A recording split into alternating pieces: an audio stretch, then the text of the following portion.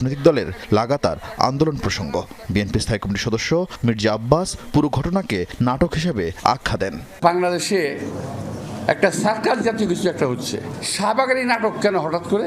যে শাহবাগ আপনারা বন্ধ করেছেন, যে শাহবাগের এই এলাকাতে, এই সমস্ত এলাকাতে মিছিল মিটিং করা যাবে না, সেখানে সরকারের পৃষ্ঠপোষকতায় সরকারের দল এনসিপির লোকেরা ওখানে মিছিল মিটিং করে কিভাবে?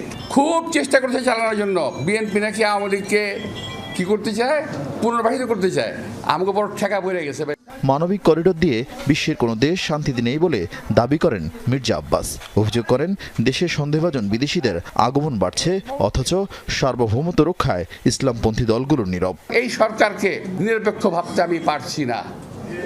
তারা কোনো উদ্দেশ্য পারপাস সার্ভ করতেছে এই সরকার। কেউ কিন্তু এই করিডোর নিয়ে কোনো কথা বলছে না। কেন ভাই? কি কারণে? জামাত ইসলাম কথা বলে না কেন?